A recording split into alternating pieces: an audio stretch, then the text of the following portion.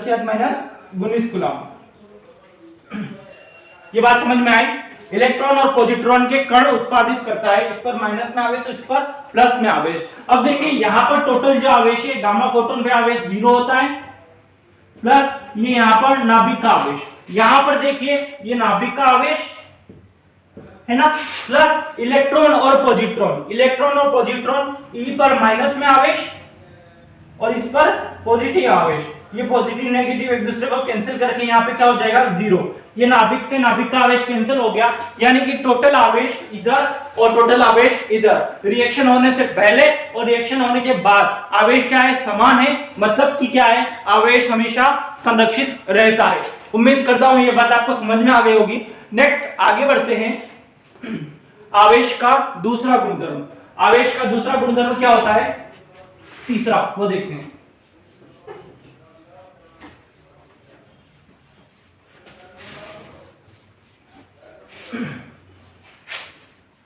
देखिए आवेश का तीसरा गुणधर्म, तीसरा गुणधर्म क्या है कि आवेश चाल पर निर्भर नहीं करता। क्या है, आवेश चाल पर निर्भर नहीं करता, चाल पर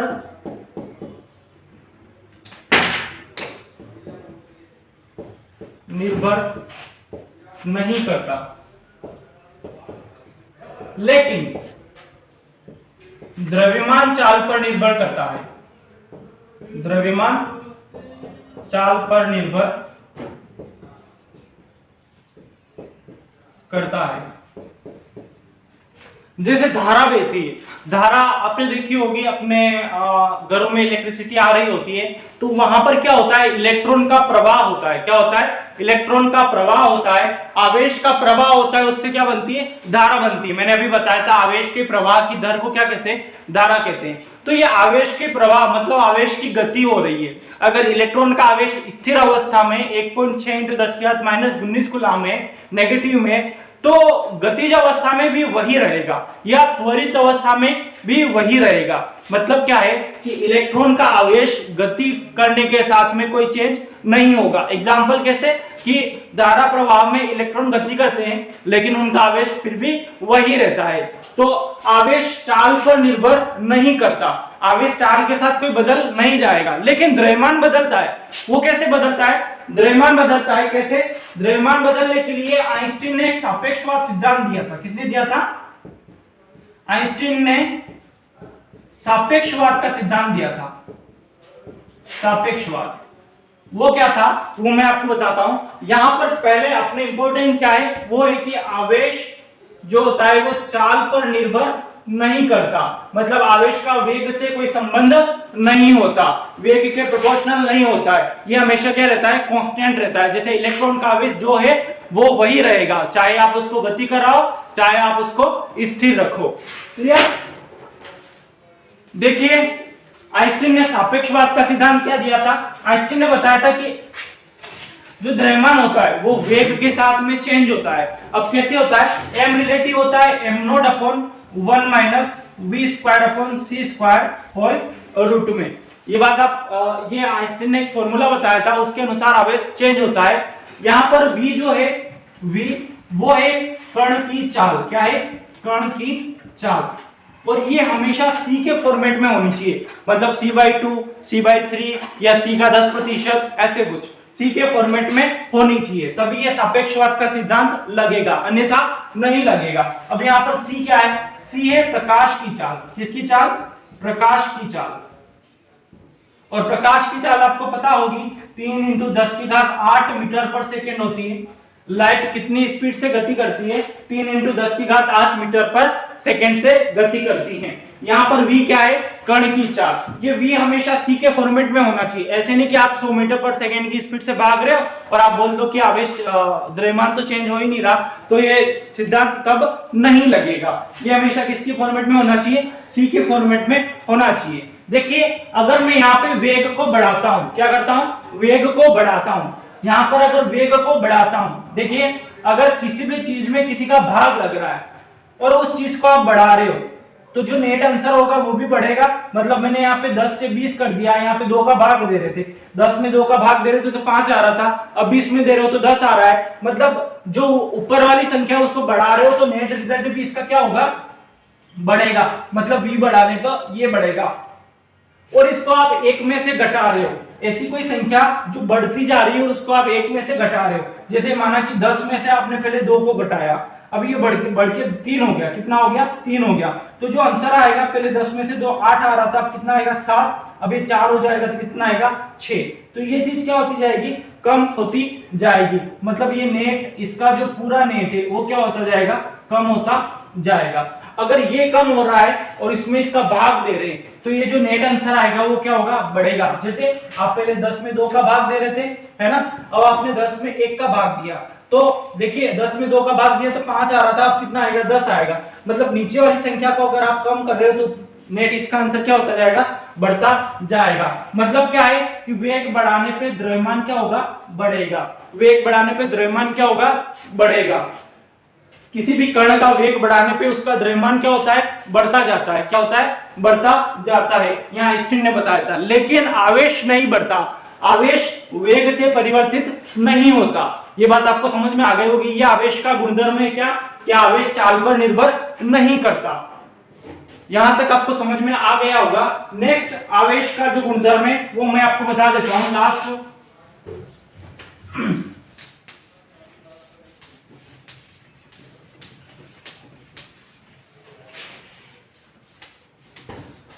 देखिए नेक्स्ट आवेश का गुणधर्म कौन सा है, देखिए कोई भी चीज होती है उसका हमेशा एक एरिया होता है।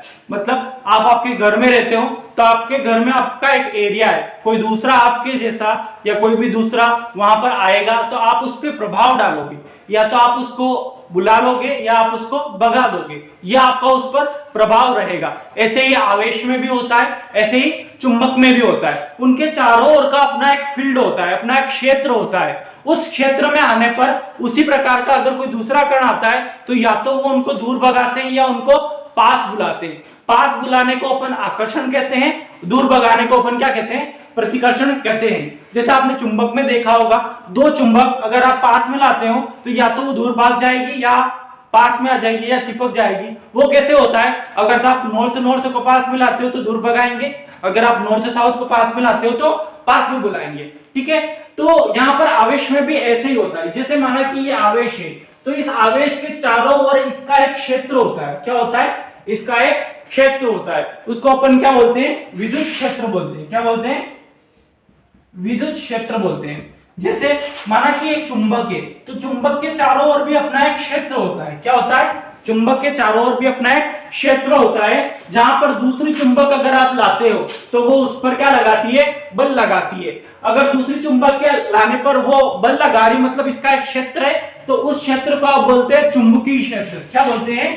चुंबकीय क्षेत्र। ऐसे आवेश का भी एक क्षेत्र होता है, जहां पर दूसरा आवेश आने पर वो उस पर बल लगाता है, या तो आकर्षण लगाता है या प्रतिकर्षण लगाता है। उसको क्या बोलते हैं? विद्युत क्षेत्र बोलते हैं। और जो बल लगाता है उसे अपन विद्युत बल बोलते हैं। इतना आपको समझ में आ रहा होगा। इसी पे बेस चौथा नियम है, वो क्या है? चौथा गुणधर्म वो देखिए, वो है कि समान आवेशों के बीच में, समान आवेशों के बीच में, समान आवेशों के बीच में प्रतिकर्षण होता है। प्रतिकर्षण होता है तथा विपरीत आवेशों के बीच में, विपरीत आवेशों के बीच में आकर्षण होता है।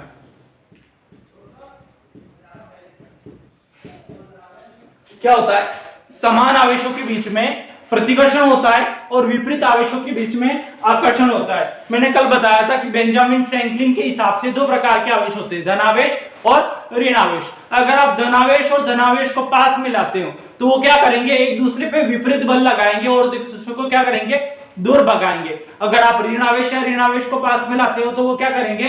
एक दूसरे को दूर भगाएंगे। लेकिन आप विपरीत आवेश, जैसे धनावेश धनावेश नहीं, धनावेश ऋण आवेश को पास में लाते हो, जैसे आपने धनावेश और धनावेश को पास में लेके गए, तो ये क्या करेंगे? आपस में ये करेंगे प्रतिकर्षण, मतलब एक दूसरे पे बल लगा के एक दूसरे को दूर भगाएंगे।